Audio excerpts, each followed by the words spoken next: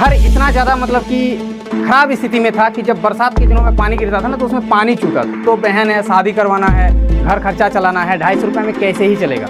एक मेरे सामने एक वीडियो आता है जहाँ पर लिखा हुआ है यूट्यूब से पैसे कैसे कमाएं। चलो वहाँ पर थोड़ा बहुत अपलोड करूँगा, जो भी व्यूज़ आएगा पैसा अर्निंग शुरू हो जाएगा। गाँव वाले लोग, घर वाले, बगल वाले सब बोलते थे ये तो लड़का पागल हो गया, मोबाइल पे अपना वीडियो कैमरा ऑन करता है और क्या क्या बकता रहता है। इसी बीच एक बहुत बड़ा दुर्घटना हो गया कि मेरे चैनल का जो एडसेंस अकाउंट है वो डिसेबल्ड हो गया परमानेंटली। अब मतलब करूँ तो करूँ का, यूट्यूब करूँ कि जॉब करूँ कि साइबर कैफे में काम करूँ कि घर का बात सुनूँ कि जाके जॉब ज्वाइन कर लूँ। हाय दोस्तों, मेरा नाम है सतीश कुमार यादव। मैं झारखंड के गिरिडीह जिले से बिलोंग्स करता हूँ। आज मैं बताने वाला हूँ मनोज देव का life struggle story. How he struggle in his life, how he become zero to hero, how he become YouTuber and billionaires. इस वीडियो को पूरा देखने के बाद आपको बहुत ही ज्यादा मोटिवेट मिलेगा, तो बने रहिए इस वीडियो का अंत तक।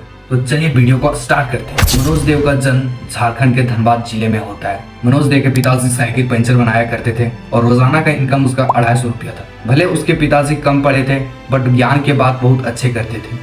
अगर कोई व्यक्ति उसका बात को फॉलो कर लेना तो उसका जिंदगी संवर सकता था। लेकिन वो जब ज्ञान की बातें करते थे ना तो लोग उसको वैल्यू ही नहीं दिया करते थे, क्योंकि उसके नजर में एक साइकिल पंचर बनाने वाला था, इसीलिए उसको कोई वैल्यू ही नहीं दिया करते थे। बट मनोज देव के लिए उसका तो वो बाप था। तो मनोज देव उसी समय समझ गया कि अगर आपके पास पैसा ना हो, ओरा ऊंचा ना हो, तो आपको इस दुनिया में, इस जिंदगी में कोई वैल्यू नहीं देगा। तो अब चलिए वीडियो को शुरू से स्टार्ट करते हैं। तो दोस्तों, मनोज देव का जन्म झारखंड के धनबाद जिले में हुआ। उसके पिताजी एक साइकिल रिपेयरिंग का काम करते थे, जो कि 250 रुपया उसका प्रतिदिन का इनकम था, जो कि मैंने आपको शुरू में ही बताया। मनोज देव का एक घर था जो कि मिट्टी का कच्चा मकान का था और वो घर भी खपरा का बना हुआ था।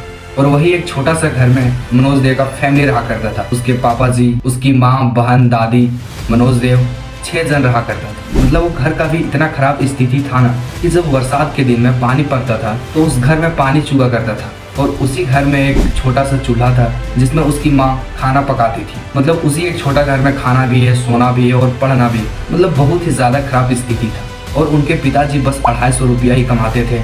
उनकी इतनी हैसियत नहीं थी कि एक अच्छा घर मकान बनाए या फिर अपना बेटा को एक बड़ा स्कूल में पढ़ा सके। तो उसके पिताजी एक सरकारी स्कूल में उसका एडमिशन करवा देते हैं, जहाँ पर कोई पैसा नहीं लगता था। और दोस्तों, आप लोगों को पता ही होगा कि सरकारी स्कूल में कैसा पढ़ाई होता है, वहाँ का टीचर कैसा होता है, टीचर्स कितना ध्यान देते हैं और बच्चा भी उसी प्रकार के होते हैं। और खुद मनोज देव भी वैसा ही था।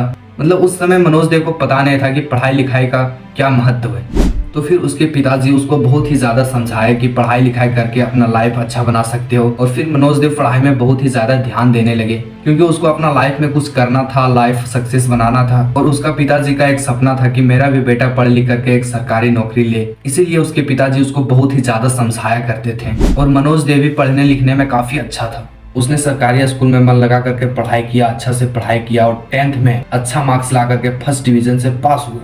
ये सब देखने के बाद उसके पिताजी बहुत ज्यादा खुश हुए और बहुत मेहनत से उसको एक कंप्यूटर गिफ्ट किया। कंप्यूटर को देखने के बाद मनोज देव भी बहुत ज्यादा खुश हो गए। और फिर उन्होंने सरकारी कॉलेज से इंटर कंप्लीट किया। अब क्या हुआ दोस्तों कि इंटर कंप्लीट करने के बाद मनोज देव का मन था डिप्लोमा या फिर बीटेक करने का। बट उसके फादर के पास उतना हैसियत नहीं था, उतना पैसा नहीं था। फिर उसके फादर बोलते कि बेटा तुम ITI कर लो, क्योंकि उसमें कम खर्च होता है। तो दोस्तों, अब बात आ गया कि ITI में एडमिशन करवाने के लिए उसको 15,000 रुपया चाहिए।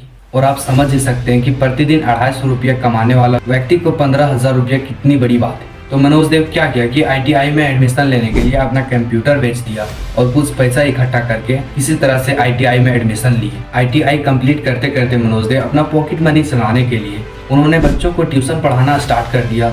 और मनोज देव अपना कॉलेज जो 2 किलोमीटर डेली साइकिल से आया जाया करता था। इसी तरह से उन्होंने ITI कंप्लीट किया।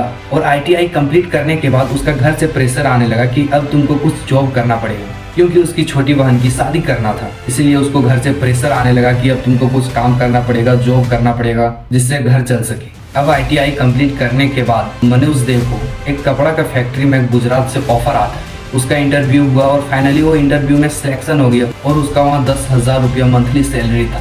फिर मनोज देव अपने 3 दोस्तों के साथ गुजरात निकल पड़ा। जब वो पहला दिन काम करने गए तो काम को देखकर उसका होश उड़ गया, क्योंकि वहाँ पर बहुत बड़ा बड़ा मशीन था, प्लस वहाँ का जो टेम्परेचर था सो 42 से 45 डिग्री का था। और आप समझ सकते हैं कि 42 से 45 डिग्री का टेम्परेचर कितना ज़्यादा गर्मी होता है। इतने ज़्यादा गर्मी पे वहाँ पर बड़े बड़े मशीन को चलाना कितना डिफिकल्ट बात है, आप समझ सकते हैं। फिर वो समझ गए कि उससे वो काम नहीं होने वाला। और फिर वो 2 दिन काम करने के बाद अपना घर कॉल किया और मम्मी को सब बात बताया। तो उसकी मम्मी रोने लगी और बोली कि तुम घर आ जाओ। फिर फाइनली 7 दिन के बाद मनोज देव अपना घर रिटर्न चल गए और फिर वो टीचिंग स्टार्ट कर दिए। प्लस टीचिंग के साथ एक साइबर कैफे में काम करने लगे। टीचिंग प्लस साइबर कैफे से मिला करके वो महीना का 2000 रुपया आराम से कमा जाता था। उस समय क्या था कि बच्चे को काबिल बनने के लिए एक सरकारी नौकरी ले, इसीलिए उसके पापा जी समझाया करते थे और फिर समझाया तो उसने एक इंस्टीट्यूट में एडमिशन ले लिया। अब यहाँ से रियल स्टोरी स्टार्ट होता है दोस्तों। अब क्या होता है कि साइबर कैफे में काम करते करते उसके पास एक वीडियो आता है जहाँ लिखा हुआ रहता है कि यूट्यूब से पैसा कैसे कमाए। फिर उसने उस वीडियो को क्लिक करके पूरा डिटेल में देखा तो पता चला कि यूट्यूब पर वीडियोस बना करके आराम से पैसा कमाया जा सकता है। और वीडियोस देखने के बाद मनोज देव यूट्यूब पर एक सिंगिंग चैनल स्टार्ट करता है, क्योंकि उनको सिंगिंग अच्छा लगता था, गिटार उतार बजाया करता था। बट उस चैनल पर उसको कुछ भी रिस्पॉन्स नहीं मिला, थोड़ा सा भी ग्रोथ नहीं मिला, ना व्यूज आए ना सपोर्ट मिला। 6 महीने तक उस चैनल पर काम किया, बस 30-31 सब्सक्राइबर रह गया। उसने समझ लिया कि इस चैनल से कुछ होने वाला नहीं।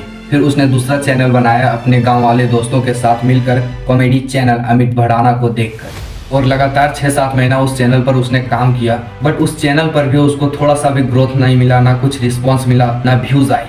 तो फिर उसने उस चैनल को भी बंद कर दिया। और फिर उसने बहुत ज़्यादा सोचा समझा कि किस कैटेगरी पर वीडियोस बनाओ जिस पर उसका रिस्पॉन्स मिल सके, व्यूज आ सके। तो अंत में उन्होंने सोचा कि क्यों ना टेक कैटेगरी पर वीडियोस बनाना शुरू करो। और फिर उन्होंने एक यूट्यूब पर चैनल खोला टेक्निकल मनोज के नाम से। और फिर उसने उस चैनल पर कंटिन्यू टेक कैटेगरीज का वीडियोस अपलोड करने लगा। फिर उस चैनल पर उसको बहुत ज़्यादा रिस्पॉन्स मिला, कुछ व्यूज आने लगा। एक दिन पर $1 बनना शुरू हो गया, क्योंकि उस समय यूट्यूब पर चैनल मोनेटाइज करवाने के लिए कोई क्राइटेरिया नहीं था। एंड उस चैनल पर $80 कंप्लीट हो गया। कुछ वीडियोस अपलोड करने के बाद $80 कंप्लीट होने के बाद उसने अपना घर में बताया कि मैं यूट्यूब पर वीडियोस बनाता हूँ, मेरा $80 कंप्लीट हो चुका है और $100 कंप्लीट होने के बाद मेरा पेमेंट आ जाएगा। ये बात सुनने के बाद उसका पापा शॉक हो गए और सोचे कि कोई भी आदमी वीडियोस बना करके पैसा कैसे कमा सकता है। घर में ये सब बताने के बाद मनोज ने थोड़ा पापा से डांट भी सुनी, बट किसी तरह वो अपना घर में समझाए और बोले कि 1-1.5 महीना वेट करो, मेरा फर्स्ट पेमेंट आने वाला है। एंड उसी समय मनोज देव के साथ एक बहुत बड़ा घटना हो जाता है। क्या होता है कि उसका अपना अकाउंट का जो एडसेंस अकाउंट होता है वो परमानेंटली डिसेबल्ड हो जाता है, क्योंकि उस वक्त उसको कोई भी यूट्यूब चैनल का रूल रेगुलेशन पता नहीं था। एडसेंस अकाउंट डिलीट होने के बाद मनोज देव 1 से 1.5 महीना तक डिप्रेशन में चल गया। अब वो घर में बताए तो बताए कैसे, क्योंकि उन्होंने अपना घर में बता रखा था कि 1 से 1.5 महीना के अंदर मेरा पेमेंट आना शुरू हो जाएगा। फिर उसने अपना घर से डांट सुना और गांव के लोग बोलते थे कि ये लड़का पागल हो चुका है, कैमरा उठा करके लंच से फंद बात बोलते रहता है, जिसके कारण मनोज देव बहुत ही ज्यादा डिमोटिवेट हो जाता है। फिर मनोज देव वीडियोस बनाना छोड़ देता है और कैफे में काम करने लगता है। बट उसने हार नहीं माना और 1-1.5 महीना के बाद डिप्रेशन से निकलने के बाद उन्होंने एक फिर चैनल शुरू किया, जो कि आज आप लोगों के सामने है। चैनल का नाम है मनोज देव। जब उन्होंने नया चैनल स्टार्ट किया तो यूट्यूब का एक रूल आ गया। रूल था कि आपका चैनल तभी मोनेटाइज होगा जब 1000 सब्सक्राइबर प्लस 4000 घंटा वॉच टाइम आपका चैनल पर कंप्लीट होगा, तभी आपका चैनल मोनेटाइज होगा। फिर से मनोज देव डिमोटिवेट हो गया। उसने सोचा कि अब मेरा किस्मत में यूट्यूब से पैसा कमाना नहीं, बट उसने कोशिश करते रहा, मेहनत करते रहा, हार नहीं मानी और 4 महीना के अंदर 1000 सब्सक्राइबर प्लस 4000 घंटा वॉच टाइम का क्राइटेरिया कंप्लीट कर लिया। फिर भी उसका यूट्यूब चैनल मोनेटाइज नहीं हुआ और 4 महीना तक रिव्यू पर चला गया। अब फिर से उसका घर से बहुत ज़्यादा प्रेशर आ गया कि अब तुम जॉब करो। जो अब मनोज देव सोचने लगा कि यूट्यूब करूं या फिर कैफे में काम करूं या फिर घर वाला बात सुन करके कुछ काम करना स्टार्ट कर दूं। तो दोस्तों एक कहावत है कि हम जब किसी दरवाजा को लात से मारकर तोड़ने का कोशिश करते हैं ना, तो जब वो टूटने पर आ जाता है तो मैक्सिमम लोग हार मान करके छोड़ देते हैं, लेकिन शायद वो 2-4 लात और मारता तो वो दरवाजा टूट जाता। और सेम इसी तरह मुसीबत मनोज देव के साथ आ गया था। बट उसने अपना दिल का बात सुना और अपना पापा से 1 महीना का टाइम लिया। अब जो 1 महीना का टाइम था ना, वो बहुत ही ज़्यादा खराब उसके साथ बीता। 1 महीना तक वो रात भर सोता नहीं, हमेशा मेल चेक करता रहता था कि कब मेरा यूट्यूब चैनल मोनेटाइज हो जाएगा। बट उसने उस टाइम भी कंटिन्यू वीडियोस बनाता रहा अपना चैनल पर। मनोज देव एक अपना छोटा फ़ोन से वीडियोस बनाया करता था। ना उसके पास माइक था, ना स्टूडियो था, ना अपना घर था। दूसरों का घर का सीढ़ी पर जाकर के वीडियोस बनाता था। कभी कभी आउटडोर जाकर के जंगल में अकेले वीडियोस बनाया करता था। और इसी तरह 1 महीना तक वीडियोस बनाता रहा। और फाइनली वो दिन भी आ गया जब यूट्यूब से मेल आया कि आपका यूट्यूब चैनल मोनेटाइज हो गया। जब उसका चैनल मोनेटाइज हुआ तब उसका चैनल पर 33,000 सब्सक्राइबर हो चुका था, क्योंकि उसका चैनल 8 महीने के बाद मोनेटाइज हुआ। 33,000 सब्सक्राइबर होने के कारण उसका चैनल पर अच्छा खासा व्यूज आता था। और 1 महीना के अंदर ही उसने $100 कंप्लीट कर लिया और 1 महीने के अंदर ही यूट्यूब से उसने $200 कमा लिया। 14,000 रुपया उसका फर्स्ट यूट्यूब पेमेंट आया। और आप समझ सकते हैं कि 14,000 रुपया एक गरीब फैमिली के लिए कितना बड़ा मनी हो सकता है और उस लेवल का क्या खुशी होगा। उस वक्त उसने प्रूव कर दिया कि यूट्यूब पर वीडियोस बना करके पैसा कमाया जा सकता है। और फिर पब्लिक का सपोर्ट मिला, उसका चैनल रॉकेट की तरह चलने लगा, उसका चैनल पर मिलियंस में व्यूज आने लगा। एक साल के अंदर 1000 से लाखों में इनकम बदल गया। और आज के समय में उसने यूट्यूब के थ्रू बहुत सारे चीज खरीदे, जैसे कार खरीदा, घर बनवाया, महंगा फोन लिया, लैपटॉप लिया, पूरा लाइफ का स्टाइल ही चेंज कर लिया, लग्जरी लाइफ जीने लगा। और आज भी वो यूट्यूब से पैसा कमा रहे। तो ये है सोशल मीडिया का पावर। तो दोस्तों ये सब सुनने के बाद आपका मन में एक डाउट होगा कि उस वक्त कंपटीशन नहीं था और अभी के टाइम में बहुत ही ज्यादा कंपटीशन है। तो ऐसा कुछ बात नहीं भाई, उस समय भी कंपटीशन था और अभी भी कंपटीशन है। अगर आप चाहो तो कोई कंपटीशन नहीं है, सब आपके ऊपर डिपेंड करता है। ज्यादा कुछ हार्ड नहीं है भाई, बस आपके पास नॉलेज और एक फोन होना चाहिए, फिर आप वीडियोस बना करके यूट्यूब जर्नी स्टार्ट कर सकते हैं। और वीडियोस बनाने के लिए आपके पास 3 चीज होना ही चाहिए। पहला पेशेंस, दूसरा लगन और तीसरा मेहनत। ये 3 चीज आपके पास है तो आप यूट्यूब पर आराम से ग्रो कर सकते हैं, आप एक सक्सेसफुल पर्सन बन सकते हैं।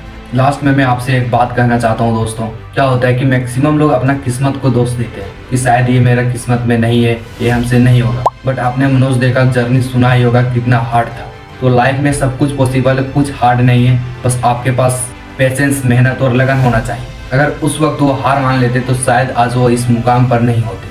इसीलिए दोस्तों किस्मत को दोष ना देकर मेहनत करते रहो, कभी हार मत मारो, दुनिया में सब कुछ पॉसिबल है। तो दोस्तों अगर आप मेरा चैनल पर नए हो तो मेरा चैनल को लाइक, सपोर्ट कीजिए। तो मिलते हैं अगला नेक्स्ट वीडियो में दोस्तों। जय हिंद दोस्तों।